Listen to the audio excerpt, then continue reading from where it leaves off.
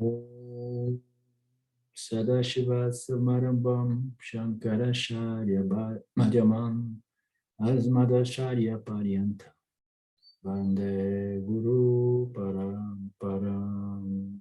Oh. Okay, we begin today on the verse 44. When you are aware of awareness, it means your awareness. This is a quote in the following verse on the verse before, no? It's at the bottom of 44. At the very bottom. Okay, we're going to get there. We did not complete this paragraph last time. We came up to when the phrase, when all activities of the subtle body cease, implies that awareness exists. So what is the sentence? The sentence is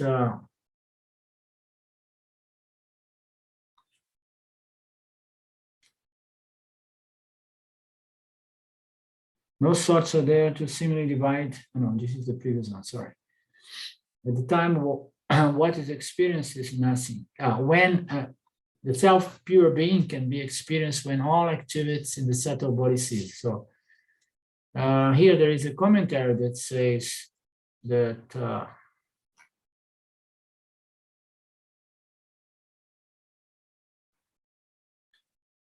the phrase when all activities of the subtle body cease implies that awareness existence can only be experienced indirectly as an object, not directly, meaning to say as a reflection in the subtle body. So in fact, the phrase when all activities of the subtle body cease,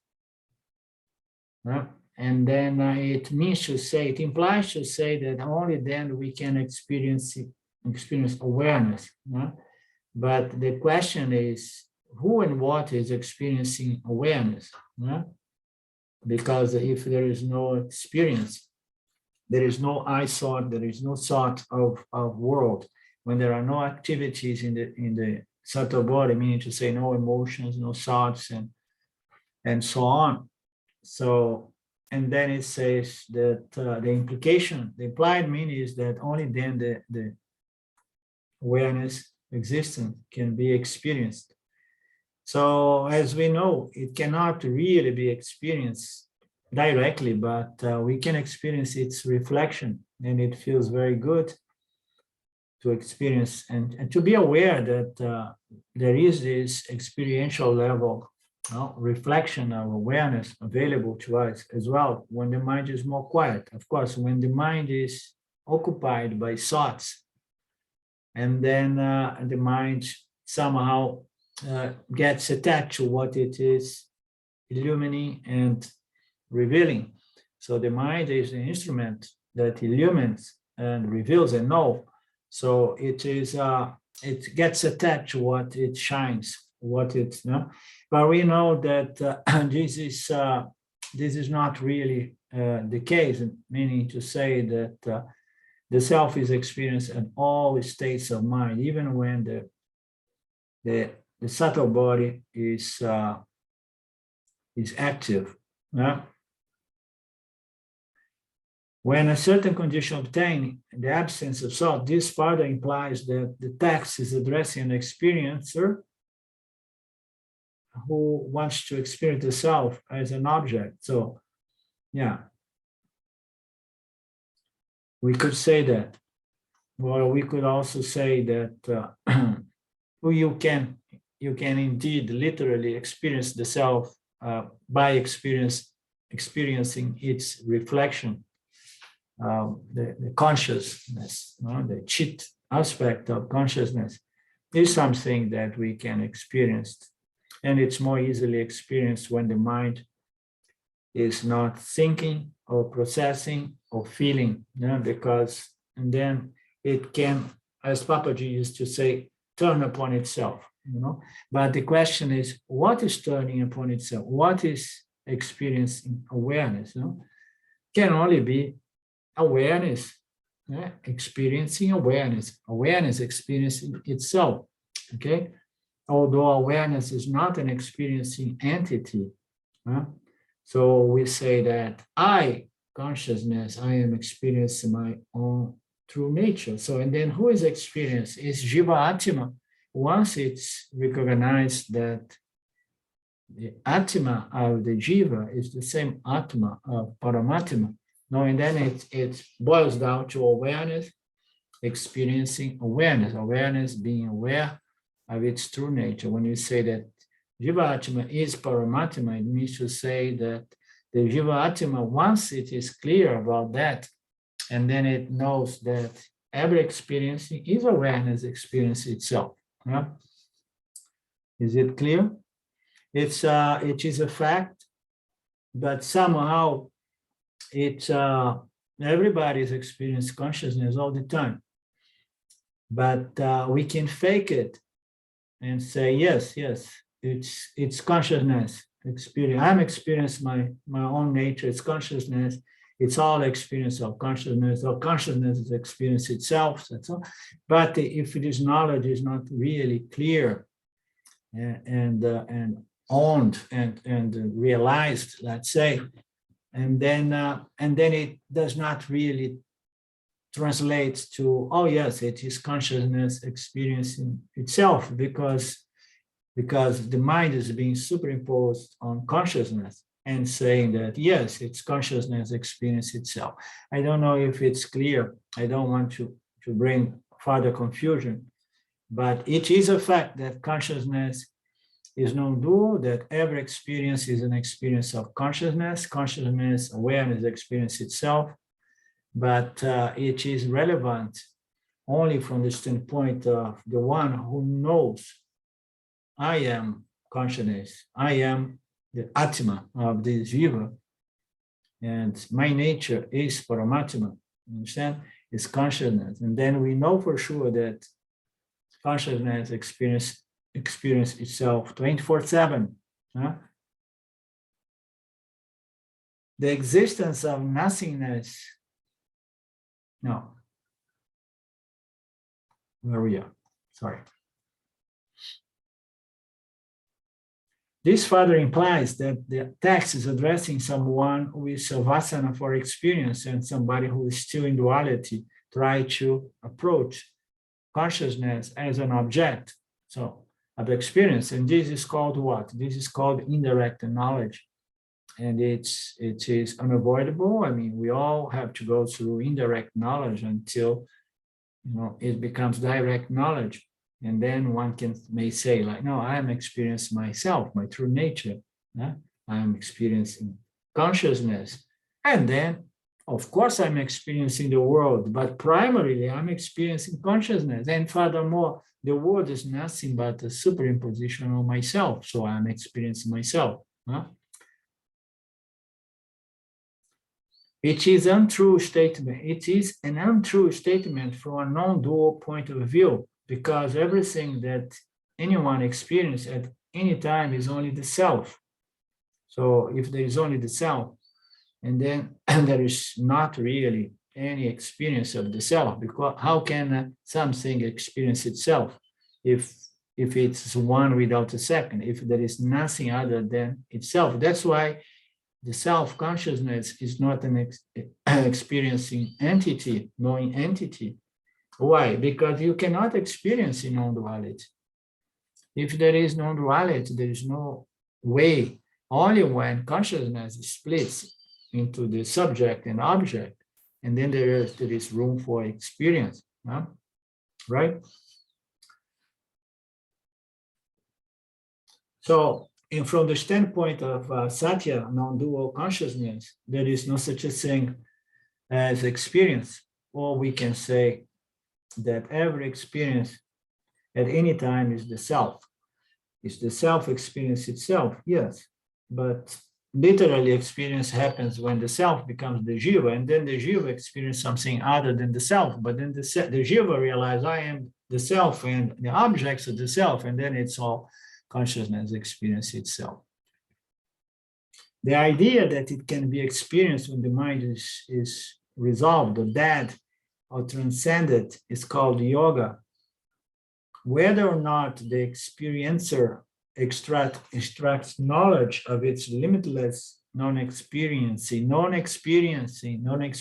nature, whether or not it is going to get it during that so-called experience of non-dual or emptiness or silence or samadhi. So whether or not the knowledge, this understanding is going to be gained, remains bedeviled. How you say this word?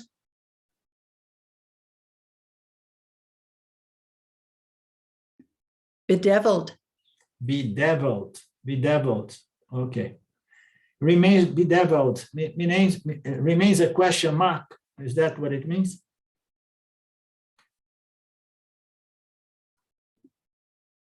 I mean, suffering imposed upon you. You're bedeviled by it. It's Okay. negative impressing upon you. Okay. Whether or not the experience is going to understand it remains bedeviled by a sense of limitation. In the by a sense of limitation is the crux of the issue. Okay. We go have those experiences. If we come out of those experiences of emptiness or non-dual, epiphanies or so ever, if we remain with this sense of limitation, and then it means the knowledge was not gained. However, the self is experienced when the mind is active too. We know that. We have seen it extensively, I believe, last class, but it's not known because Maya causes the self to identify with the objects appearing in itself. So we have consciousness, original consciousness. Somehow it becomes divided between subject and objects when Maya comes into play. And then this consciousness is going to be experiencing objects. But unfortunately, consciousness, this reflected consciousness of the same nature of original consciousness, identify with the objects, meaning to say it somehow sees what it illumines, and it has a hard time to see itself. It makes sense why everybody wants to experience an empty mind, because it's so easy to get caught up with what we shine upon. Yeah, and then we say, okay, so you have to, meditate and develop a very empty mind with no thoughts and so on, and then you're going to experience the self, and you're gonna experience a nice reflection on your intellect, right? But unfortunately, people do not gain self-knowledge from those experiences. So when there are no objects, when I'm not illuminating any object, and then I can attribute, oh, this is the self is this reflection. And then what happened? The mind changed, and then the reflection is gone. And then the person is going to believe like, oh my God, now I'm no longer in contact with the self. I have lost myself because the reflecting medium is no longer producing that specific reflection, which is free of objects, thoughts, and so on. Yeah? So we need to understand these teachings, because when the mind is empty, and then we have a better chance to recognize this reflecting consciousness. And then we need to make use of the final statements of the Upanishads and understand that the nature of this reflection is equal to the same nature of the original consciousness, which is free and independent of the states provided by the reflecting medium. So this is the final subtle understanding that brings about self-recognition. Otherwise, one becomes dependent, tied, and bound to a sattvic state of mind, believing that that is the self, that it's stuck in sattva, as we say, And that happens because Maya it makes consciousness to somehow identify with objects and thoughts as it illumines it. So the self is not conscious of itself. So the self is not conscious of itself, which is a logical fallacy. So it's not known. So help me out with this last statement. However, the self we experience when the mind is active too, but it's not known because Maya calls the self to identify with the objects appearing in it. So the self is not conscious of itself, which is a logic fallacy. So the people believing that the self is not conscious of itself is mistaken. It's a logical fallacy because it means to say that when the objects are appearing and then the self is no longer experience itself, right? And we have read the term that the self is experience itself because the thoughts objects, they are just projections or superimpositions. They just appear and disappear. But they appear then within the scope of awareness, consciousness, of course. So the idea that the self is not conscious of itself is a logical fallacy. But we are meant to assume that the verse is addressing the self directly, asking it to take notice of a simple fact. When you're experiencing anything or the absence of anything, you are also experiencing yourself. We need to exist, we need to be conscious in order to experience through the three states of mind, of human consciousness. So we need to be there as a conscious being, regardless of the three states. Anything we experience. So I experiencing myself, and then as a byproduct, I am experiencing the world, right? So when we experience anything, or when we experience the absence of anything, like in the deep sleep or samadhi, or deep meditation, we experiencing what?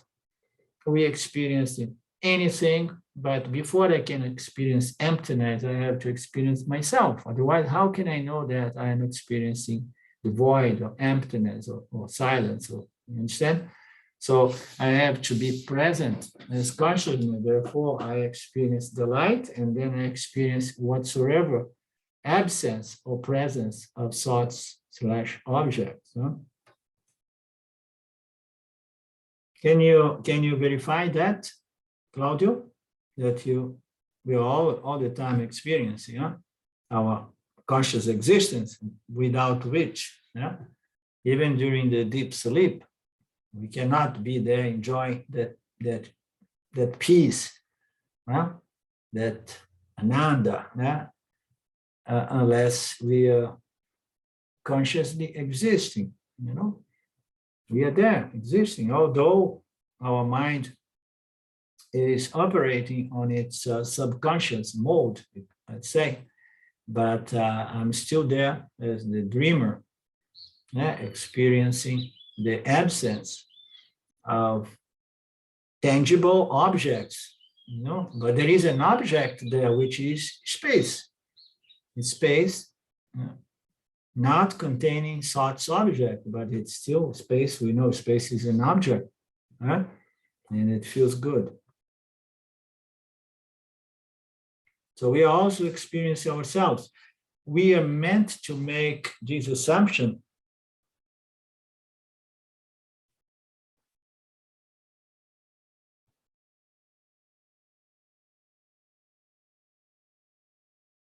Okay, we are meant to make this assumption because the following sentence provides a context that indicates that you are always experiencing awareness because you are awareness. So I exist, and then the very simple fact that I exist, it means that I am conscious, and if I am conscious in these areas of Jivatma, and then I am experiencing, and then I am experiencing awareness, and I am experiencing awareness because I am awareness. So how can I experience awareness if it's not my fundamental nature? Oh, no, you are the mind, you are the thought. Okay, so how can the thought experience consciousness if thoughts are inert?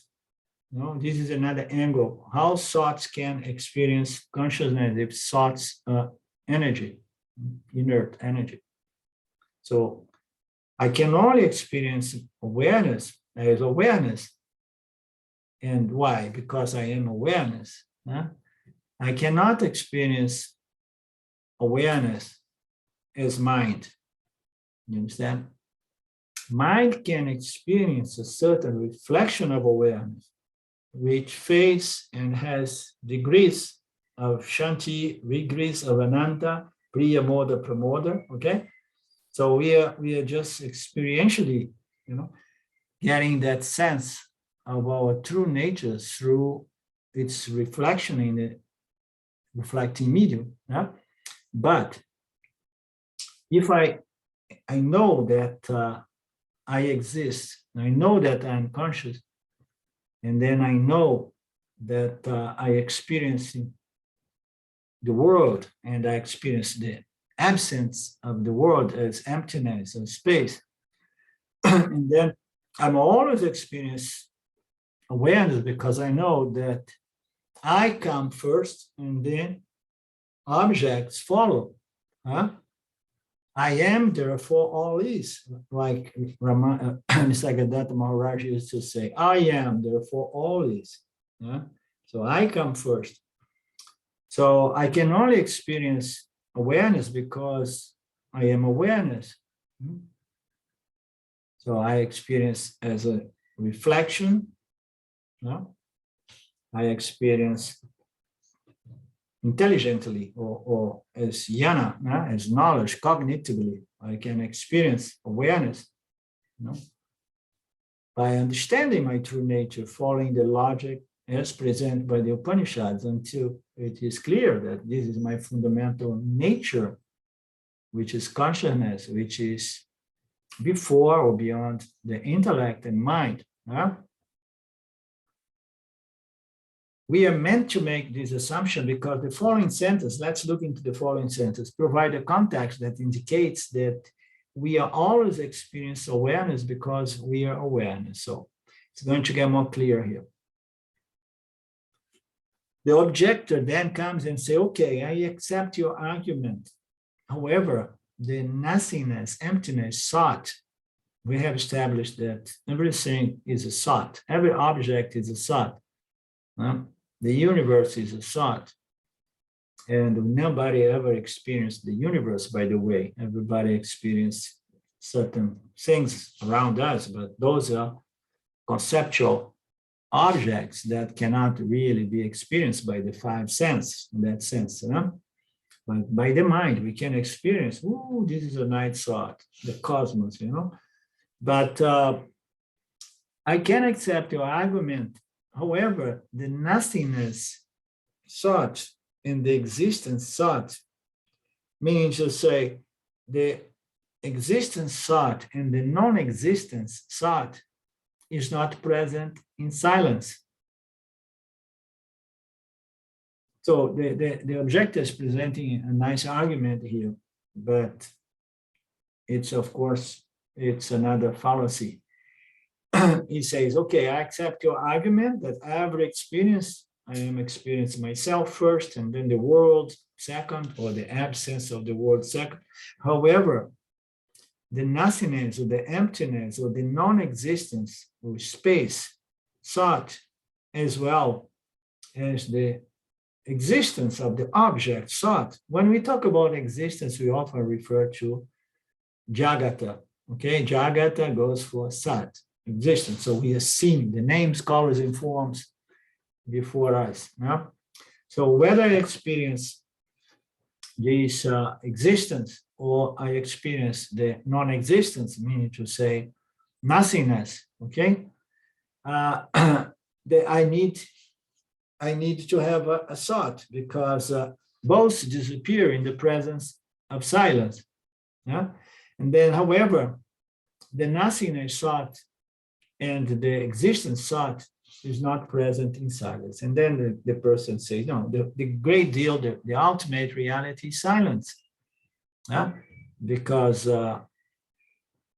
nothingness thought and existence thought, as Vedanta established, yeah, that we are the fullness, the entirety of existence. They are not present in silence. When I'm silent, everything disappears, existence and non-existence. And then he carries on to say, you need thoughts, a means of knowledge to prove the existence of pure existence consciousness. Right? He says you need thought. So is that a fact that we need thought to prove the existence of consciousness? So it's evident that it's not necessary, because when we go into deep sleep or when we go into Nirvikalpa Samadhi, we don't have any thought. Yeah? And we have no doubt about our conscious existence through that state, right? I am in deep sleep. Yeah? I don't need any thought to prove my existence when I am in deep silence, okay? Such as in deep sleep. You need thought as a means of knowledge, the I thought, to prove the existence of pure consciousness, limitless consciousness. No, you don't need to, okay? You don't need, because thoughts, as we know, they are just reflections in consciousness. Huh? They are not really required to prove the presence of consciousness, because thoughts cannot happen without consciousness. Yeah? Thoughts are a byproduct of consciousness in association with Maya. Thoughts cannot know consciousness, but consciousness can be aware of thoughts. How you know that? Oh, yes, because I can see my thoughts, but my thoughts cannot see me, right? I can see my intellect, I can see my emotion, but they cannot see me. They are objects. Huh? Everything in creation requires a thought to prove its existence, except pure consciousness. Everything in the universe, as we say, in the realm of duality, experiencer and object of experience, the knower, the object of knowledge, and the knowledge, this triad, it all happens around the I thought. The subject, Jiva Atma, which is not the absolute subject, but believes to be the subject, So when consciousness under the power of Maya becomes divided between the knower and the known, and then we require the I thought, and then this I thought is going to determine, to bring about, or to establish a lot of other thoughts, which are means of knowledge to know the objective phenomenal world. We need a lot of thoughts. Every means of knowledge in the field of science is stuffed with a lot of thinking process thoughts, in logics. We need thoughts as a means to know things. But here it says that everything in the creation requires a thought, many thoughts, to prove its existence, except pure consciousness existence. And why not? Why pure next consciousness does not require thought? Because it's prior to thought.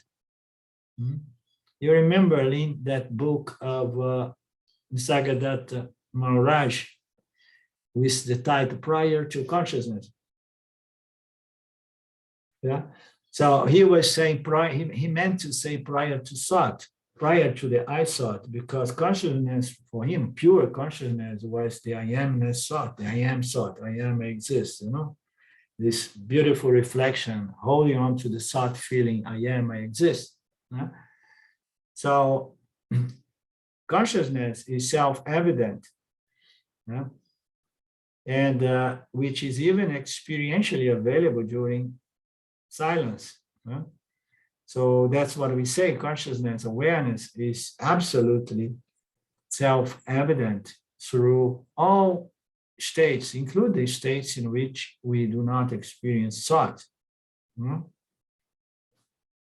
And why it is self-evident? Because it shines regardless of thoughts. Thoughts brings about objects, names and forms, and so on. So in the absence of thoughts, there are no objects, no names, no forms, there's nothing going on. And consciousness is there, shining and illumining emptiness, space, nothingness. Yeah? So it's totally self-evident. Without consciousness, we cannot know anything. So what is the evidence that we have eyes? Right? I mean, it's self-evident. Why? Because I can see. Huh? I can see, and then this is enough self-evident proof that I have eyes. I am conscious of the world. So this is enough evidence that I am consciousness. Without consciousness, I mean, I can say that it's enough evidence that I am consciousness if I know the distinction between pure consciousness, limitless consciousness, and the mind. Huh? So it's totally self-obvious, self-evident. Consciousness proves itself by itself. This is a very nice statement. Oh, no, but I want to have a nice mystical experience so that I can prove consciousness and to know, okay, so if I meet consciousness face to face, like I used to say when I was really desperate to realize it, So I need to meet you face to face was my final prayer, I understood you, but I need to meet you face to face. I mean, it's really, it's crazy what Maya does with us. You understand that all there is consciousness and so on. I am conscious, and still I was there trying to meet consciousness face to face. Consciousness proves itself by itself. It is self-obvious. Perception is not required to prove that you are consciousness or that you existence, because you need to exist and be conscious in order to make use of the I thought and through the sense organs know the world.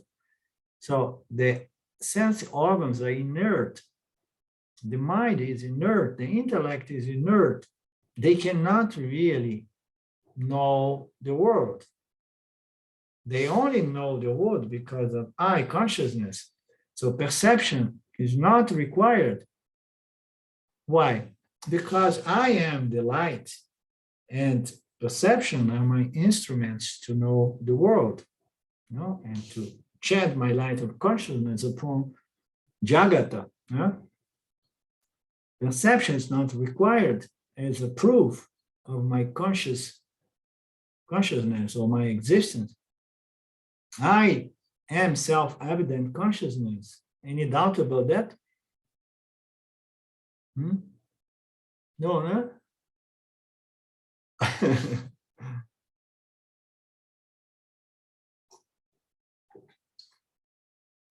Arlindo, I wish we could find, I guess you can't find a language better than using the word experience. Experiencing the self, that it always puts me into subject-object land. when I think of the word. And those times in meditation when you get into nirvikalpa, it's never, you can't ever recollect an awareness of awareness. It's just a big, huge gap. You know, it's just like deep sleep, you know. Yeah. So that's, I guess, why Shravana, and more Shravana, until it settles into some place where you can put aside the duality of the language and everything. So, and it, I guess it ends up being an experience of the self, even though it's. Well, the easiest way, we use words, we go around trying to, to break this code, looking at it from different angles, different words, different analogies, and so on. But the simplest way to see and know that you are always experience your own self, your own conscious existence, is because you experience yourself as the subject knower, not as an object. I mean, in order to experience something, we need to have the experiencer there. In order for us to make a picture, we need to have a camera, right? So now, the camera cannot take a picture of itself. The camera never shows in the picture. But we know that the camera is always present every time a picture is taken. The same way, consciousness is always there, but it's not in the picture. Consciousness is the knower of the picture. We are always experience ourselves as the subject knower, you understand? Which is other than the mind. And that's where it gets a little more complicated, because it's other than the mind. And then the mind needs to be subtle enough to understand and even sense, the sense feeling, the sense of consciousness permeating the thoughts and the intellect, you understand? I experience myself as a subject, not the objects I illumine. And I begin by illumining by my subtle body. I shine in my subtle body. So I'm always experiencing myself as the light of the illuminator or as the subject. It's very simple. It's infinity lost in a point. Yeah.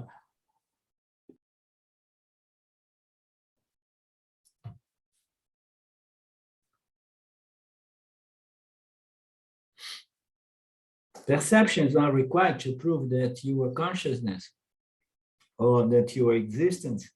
You, self-evident consciousness, operate perception. So you must be prior to and independent of perception. We are prior to the mind, which is the primary sense organ, the primary instrument.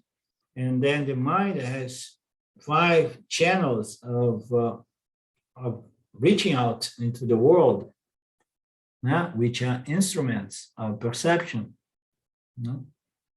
So, and how about consciousness? So you are prior to those 2 instruments. You are prior to the mind, the intellect, the ego, and the sense organs.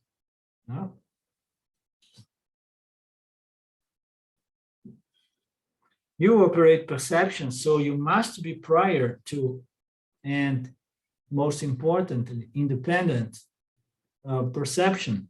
What is the difference between consciousness that is prior to perception? It's prior to the sense.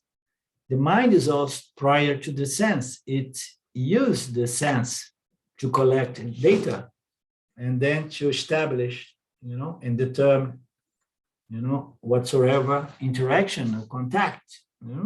So the mind is there, it's prior to perception, it's integrating those sense perceptions, and then determining, learning, getting knowledge, But the mind, although it's prior to, it's still not what we are. It's not reality, And the mind here, it says, you are prior to the perception. The mind is prior, but it's not free and independent because it depends on the other instruments in order to do its job. Okay, it depends. So consciousness is the only factor that say that it's not only prior to everything, but it's free, meaning to say it does not depend on anything. The mind depends on the sense organs in order to do its job, right?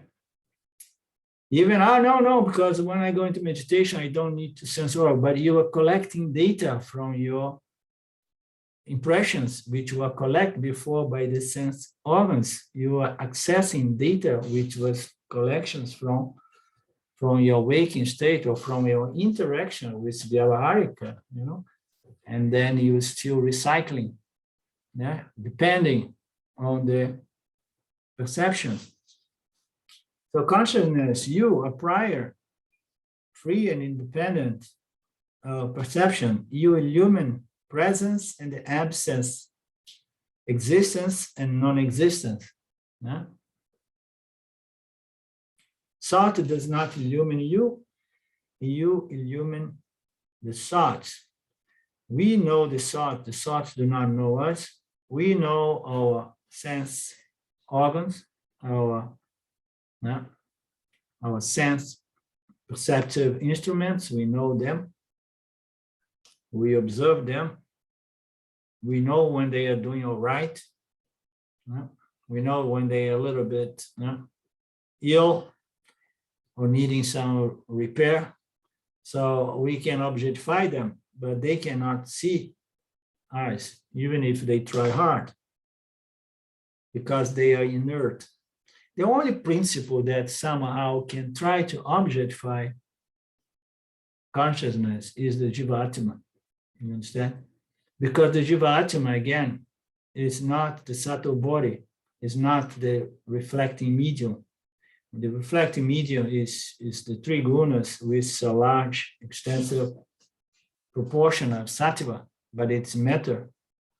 The only thing that can try to objectify and gain the knowledge, of consciousness as consciousness is what? Is the Atma of the Jiva. That's why if I know I am consciousness, it's because I am consciousness. I am Atma. I am the self. Otherwise, all the other factors involved, the sense organs, the ego, the intellect, and everything, they can never really approach consciousness because they are inert. The only principle, and this goes to the importance of this human jiva, the merit or the blessing of being born with a human intellect, because we have the possibility to start tracing back our true nature. And how can we do that? We can only do that as consciousness. It goes back to that point, Lynn. I need to be the self in order to observe my true nature, recognize my true nature. Because the instruments and the thoughts can do nothing for us. That's why people with a lot of academic knowledge, not necessarily, most of them do not really understand their true nature, right?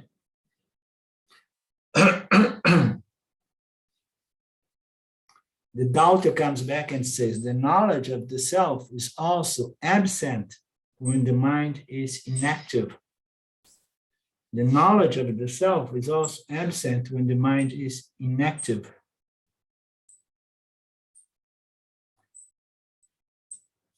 So when the mind is not active, we are having a good time and we experience, a nice view and The mind stops somehow and we are blissed out. And then in that kind of empty state of mind, I forget that I am consciousness. Does it matter? I don't need to be in an empty mind to believe that that is the self. And when I am in an empty mind, I don't need it to know that I am the self, because self is only possible by the means of knowledge, understanding. And knowledge, once understood, is always good, as we say. Once we know, we know. Once we know 2 + 2 is 4, equal 4. We don't need to make that calculation again and again, because now I know. The knowledge of the self is also absent when the mind is inactive. So the Daoists present another argument. They say, so you talk about self-knowledge and then knowledge, the ultimate reality, the self and so on, but how about when your mind is empty or silent or in samadhi? That knowledge goes. It reminds me at my time when I was still running a restaurant in Olympia, Washington. And then this realization took place. And I was afraid at the beginning to go back, especially in the weekends when the restaurant was extremely busy. I was afraid that I was going to forget and lose my enlightenment, my realization. So I was, in the beginning, I was really like, oh my God, no. I mean, I'm trusting this thing now because I can feel that it was different. Before I would have certain experience, and then they were fading.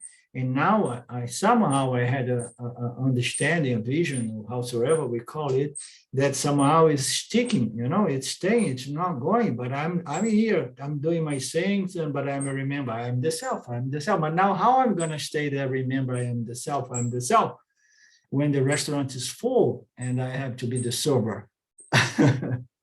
I'm going to mess up the orders and everything, So I remember I used to go there and doing my job and people, and it was so intense, so stressful. And then I was like, okay, I mean, it's not going to work if I keep dividing my thoughts, remembering that I'm the self and having to remember what they have ordered, and which table ordered this wine and so on. And I say, so I'm going to forget about that. And Lord, please, help me out here. And then I used to go through those initial days of intense evenings in the weekends. And then I used to forget that I was the self. I was just thinking about food and wine and customers for several hours, running. Yes, wine, order, yes, how much, yes, your bill, and doing all those mental activities, all those thoughts. There was no moment I could think, Aham Brahmasmi, I am free, limitless consciousness, because otherwise it was going to compromise my performance. And then I began to realize that it does not matter. The self is self-revealing, and once known, it's known for good. So if I forget it because my mind is inactive, and if I'm forgetting because my mind is overactive, you understand? It does not matter, because the self is always shining, in whatsoever circumstance. Consciousness is always shining, so doesn't matter. Once I know. I don't need to remember myself, and I don't need a certain state so that this knowledge is stick, because self-knowledge, once known, is always good, as we say.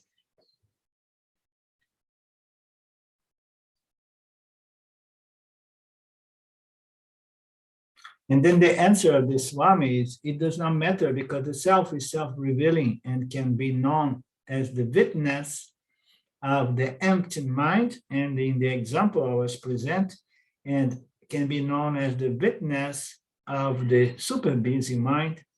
And even if the self is not seen as the witness of the super busy mind, it's not forgotten, because self-knowledge is a knowledge that's not subject to forgetfulness. All other knowledge are subjective to error, revision, corrections, and forgetfulness. But self-knowledge is not subject to forgetfulness. That's the good news. That's why it's the only knowledge that resolves our jiva's fundamental problem. Or it can be known by the self-luminous, ever-present witness of a busy mind. There we go. I did not know that I was going to talk about my busy mind during those days. No, this can be known as the self-luminous, ever-present witness. And then you develop confidence. I remember in the beginning, I was lacking confidence. I was like confidence, okay, now I have the more confidence, and then I could relax and relax and relax. Vedanta does not need a dead mind to liberate the thinker, meaning to say you don't need to be in samadhi all the time in order to feel liberated.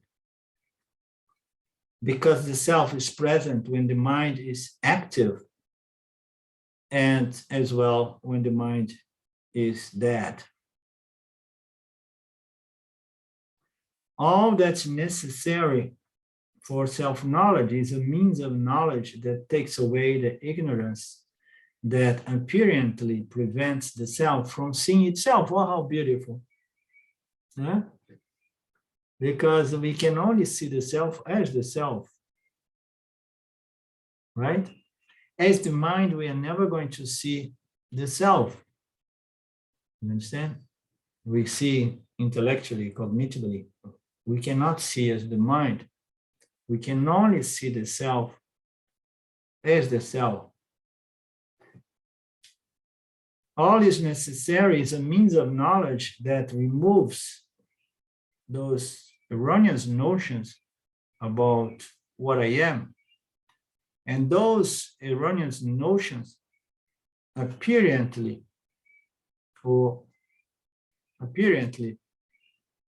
prevents the self from seeing itself, or prevents the self from appreciating itself, It's very interesting, this phenomenon, avidya. We need this ignorance that is preventing us from appreciate our limitless nature as the light of the eternal light of consciousness. And it's there, but there is a thought that says it's not there. This thought is ignorance. My consciousness is not always with me, and it's not limitless. And I need to search and seek until I find this. You understand? And then once I find, I'm going to work out very carefully until I really prove to myself that this self is limitless, So this ignorance is called avidya, and it's there preventing us from appreciate our limitless nature. Isn't it amazing? Everybody is limitless by nature, but a single thought, I need this, I need that, I am not okay, and blah, blah, blah, blah, blah, blah, all those thoughts are going to prevent, because those thoughts, and they are coming from the macrocosmic causal body, which is absolutely overcrowded with ignorance. The causal ignorance is what holds together this manifestation, in which we come here and we get caught in samsara. We are being there, having those thoughts that are preventing us to appreciate and enjoy our limitless nature as the self, preventing the self from seeing itself.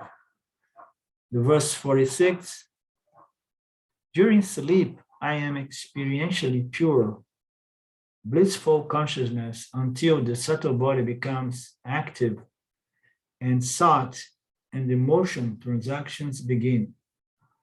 Similar, before Maya Ishvara appeared, pure, blissful, limitless consciousness existed. So it's making a parallel here, saying that in deep sleep, yeah, the self appearing as the jiva, Paramatma appearing as Jiva Atma, it goes through 3 states, and then during the state of sleep, I experience my conscious, blissful Ananda, my akosha existence. Right? So as a jiva, experiencing my deep sleep state. Right? I experienced my limitless pure consciousness. That's what it says. So as a jivatma, in the samadhi or deep sleep. And then the subtle body it starts producing thoughts, as if it starts just begin vibrating.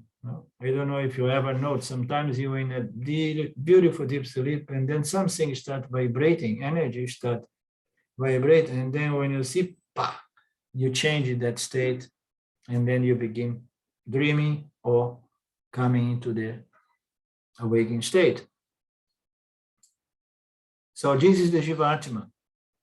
It experiences itself as consciousness until the subtle body gets activated and thoughts and emotions emerge. And then again, we are back in the transactional world between Jivatma and the other objects. Transactions begin. Similarly, before Maheshwara appeared, pure blissful consciousness exists. So they talk about the macrocosm and the macrocosm and the microcosm. Similarly, Maheshwara appeared before pure blissness existed before. So we have our blissful experience of Anandamaya quotient before the subtle body reflects and produce the experience of interaction with the world. In the same way, we have limitless blissful consciousness, existence, and then Maheshwara comes into place, and then we have the world and the jivas. It's an analogy. And then the commentary goes about saying that the macrocosm and the microcosm are the same, the same nature, because reality is non-dual. So, the same way in the macro as in the micro, we both have this experience of resolution, and then the unfoldment of the universe. So we call, in the case of the jiva, we call it the deep sleep. And then in the case of Maheshwara, we call it the night of Brahman, or pralaya, when Brahman goes to deep sleep. So it's just an analogy or parallel. The macrocosm and the microcosm are similar. If you are able to visualize limitlessness, Ananda, in deep sleep, which is Laya Nidra, you can also visualize, understand Ishvara's deep sleep, which is called Pralaya, in which the whole universe is resolved in consciousness. In Pralaya, all vasanas are resolved. In Laya, individual vasanas are resolved. How beautiful, huh? It's nicely put. In Pralaya, the entire universe of vasanas, the entire loads of universal vasanas, cosmic vasanas, they are all resolved into Pralaya, meaning to say there is nothing. The whole universe goes back to its potential seed condition. Yeah? So the same way with the individual, when he goes to deep sleep, of the individual vasanas of the individual, what occurs with them? They all shrink into what? Into its seed potential condition, deep sleep. Everything is suspended or suppressed or goes into its causal body, which is the seed of the entire Jivatma. All tendencies, all vasanas that made the Jivatma's body and designs its Prarabdha karmas. In Pralaya, all vasanas are resolved. In Laya, individual vasanas are resolved before the activation of Maya, when it's dormant. That is pure, unmoving, non-transactional awareness. So awareness, our true nature, remains in the absence of Maya and the universe projected by Maya. This is the meaning of the word Sat in Chandogya Upanishad, existence. Before the activation of Maya, when it is dormant, there is pure, unmoving, non-transactional consciousness. This is the meaning of the word Sat, the existence. It's existence that exists even when the world shrinks back into its seed potential condition. So that's the meaning of the word Sat. It's that which is in the absence of these projections, but in the presence of this projection, it appears as all these names and form. In the absence, it appears as what? As pure Sat, pure existence, the ultimate reality. Okay, we'll stop here. We have any considerations?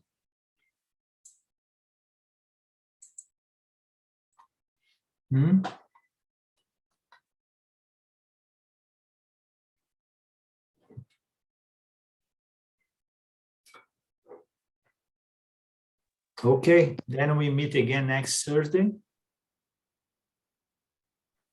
And thank you. And arrivederci. Om Purnamada Purnamidam Purnamudachyate Purnasya Purnamadaya Purnamevavashishyate. Om Shanti Shanti Shanti. Thank you, my friend. Thank you a lot. See you again soon, Isvara willing. Much love. Thank you. Bye-bye. Thanks, Ananda. Ciao. Bye now. Thank you.